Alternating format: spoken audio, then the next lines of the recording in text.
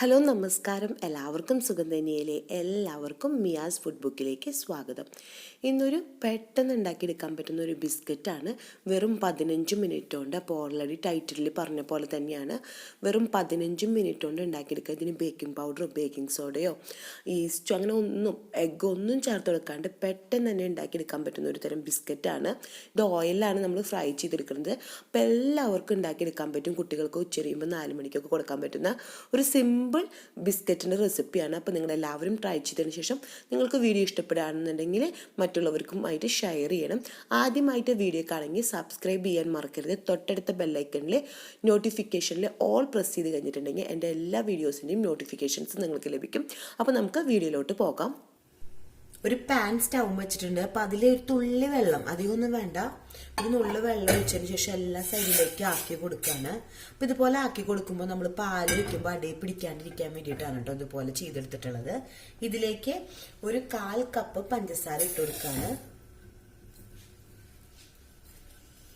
അതേപോലെ തന്നെ ഒരു 1/4 കപ്പ് പാലും കൂടി ചേർത്ത് കൊടുത്തിട്ടുണ്ട്.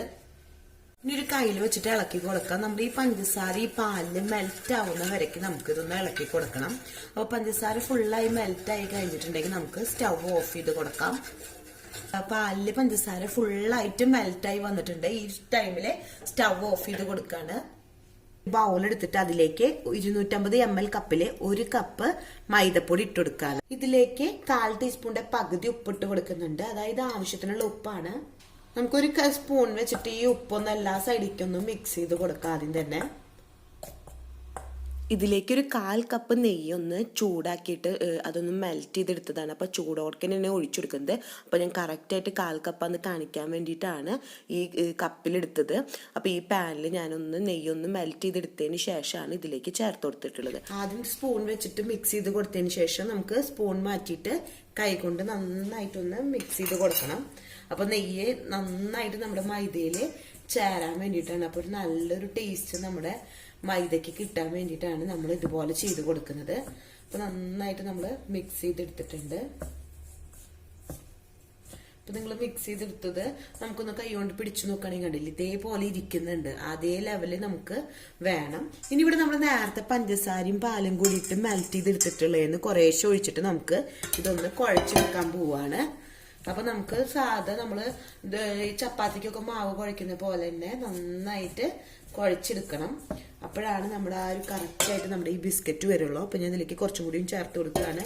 അപ്പൊ ഒരു നല്ലൊരു മധുരം കിട്ടാൻ വേണ്ടിയിട്ടാണ് നമ്മൾ ഇതുപോലെ ചെയ്തെടുക്കുന്നത്. നമുക്ക് പെട്ടെന്ന് തന്നെ ഉണ്ടാക്കിയെടുക്കാൻ പറ്റുന്ന ഒരു ബിസ്ക്കറ്റാണ്. നമ്മളിത് ഓയിലാണ് ഫ്രൈ ചെയ്തെടുക്കുന്നത്. ഞാൻ ഫുള്ളായിട്ട് പാല് ചേർത്ത് കൊടുത്തിട്ടുണ്ട്. നമ്മൾ തിളപ്പിച്ചെടുത്ത പാല് ഫുള്ളായിട്ട് തന്നെ ഇതിലേക്ക് ചേർത്ത് കൊടുക്കുകയാണ്. എന്നിട്ട് നമ്മൾ നന്നായിട്ടൊന്ന് കുഴച്ചെടുക്കുകയാണ്. ആദ്യം കുഴച്ചെടുക്കുമ്പോൾ നമ്മുടെ കൈമേക്കൊന്ന് ചെറുതായി ഒട്ടിപ്പിടിക്കുന്നു, കുറച്ച് ലൂസായ പോലെ തോന്നുന്നു. അത് വിചാരിച്ചിട്ട് കുറച്ചും കൂടി പൊടി ചേർത്ത് കൊടുക്കണ്ട. അത് ഒന്നും കൂടി കുഴച്ചെടുക്കുമ്പോൾ തന്നെ 2 മിനിറ്റ് കൊണ്ട് തന്നെ അത് റെഡിയായി കിട്ടും. അപ്പം ഞാനിവിടെ നന്നായിട്ട് തന്നെ കുഴച്ചെടുത്തിട്ടുണ്ട്. അപ്പം ഇതിൽ നിന്നൊരു പകുതി പോർഷൻ ഞാൻ ആദ്യം തന്നെ ഉണ്ടാക്കിയെടുക്കാൻ വേണ്ടിയിട്ട് മാറ്റാണ്. ടോപ്പിലേക്ക് വെച്ചു കൊടുത്തിട്ടുണ്ട്. അപ്പോൾ അതിൻ്റെ മുകളിൽ സിലിക്കോണിൻ്റെ ഷീറ്റ് ഉണ്ട്. അപ്പം അതിൻ്റെ മുകളിലേക്കാണ് വെച്ചു കൊടുത്തത്. ഇനി നമുക്കിതൊന്ന് പരത്തിയെടുക്കണം.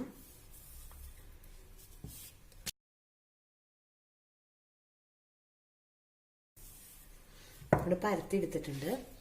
സൈഡ് എല്ലാ സൈഡും ഒന്ന് കട്ട് ചെയ്ത് മാറ്റാണ് ഞാൻ. ഇപ്പൊ കറക്റ്റ് ആയിട്ട് വരാൻ വേണ്ടിട്ട് അതുപോലെ തന്നെ ഈ ഒരു സൈഡിലത്തെയും കട്ട് ചെയ്ത് മാറ്റാണ്.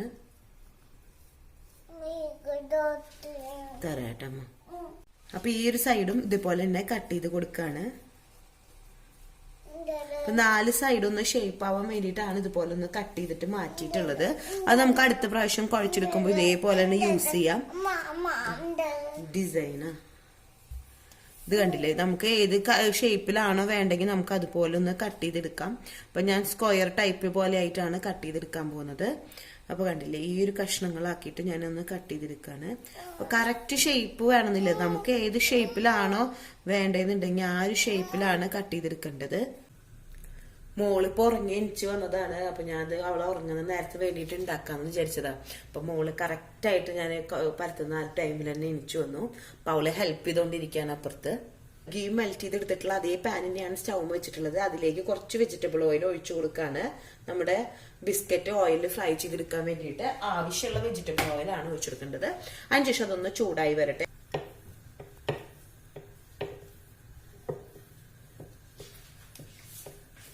ഓയിൽ ഇപ്പൊ ചൂടായി വന്നിട്ടുണ്ട്.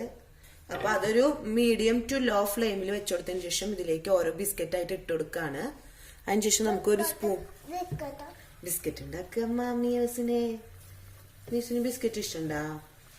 അതിനുശേഷം നമുക്ക് കയ്യിൽ വെച്ചിട്ട് അങ്ങോട്ടും ഇങ്ങോട്ടും മറിച്ചിട്ട് കൊടുക്കാം. അതൊന്ന് ക്രിസ്പി ആയി വരണ വരയ്ക്ക് ഇതേപോലെ തന്നെ ബാക്കിയുള്ള ഓരോന്നായിട്ട് നമുക്ക് ഇതിലേക്ക് ചേർത്ത് കൊടുക്കാം.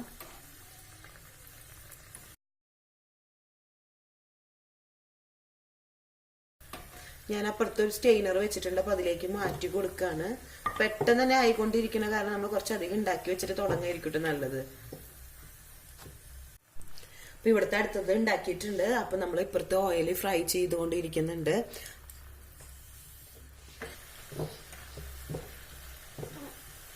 ഇതിൽ നിന്ന് മുരിഞ്ഞത് നോക്കിയിട്ട് നമ്മൾ സ്റ്റെയിൻ ചെയ്ത് മാറ്റണം. പിന്നെ നമുക്കറിയാലോ ഇങ്ങനത്തെ ഈ ഓയിലിൽ ഫ്രൈ ചെയ്യുന്നത് ഒരു മിനിറ്റ് ഇരുന്ന് ഒന്നും കൂടി ഒന്ന് മുരിഞ്ഞു വരും. അപ്പൊ കൂടുതലായി കഴിഞ്ഞിട്ടുണ്ടെങ്കിൽ അതിന്റെ ഒരു ടേസ്റ്റ് മാറും. അപ്പൊ അത് ഈ ഒരു ലെവലാവുമ്പോ തന്നെ മാറ്റി കൊടുക്കണം.